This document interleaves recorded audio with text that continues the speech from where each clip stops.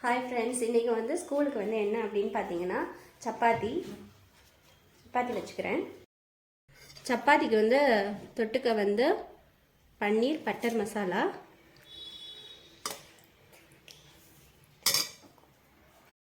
எப்போதும் ஸ்கூலுக்கு ஒரு முட்டை வச்சுடுவேன். இன்றைக்கும் அதே மாதிரி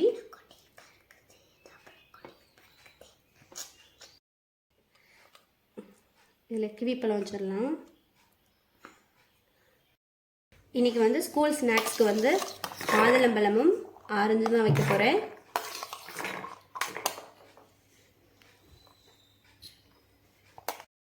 இன்றைக்கி வந்து ஸ்கூலுக்கு இதாங்க லஞ்ச் அண்டு ஸ்நாக்ஸு.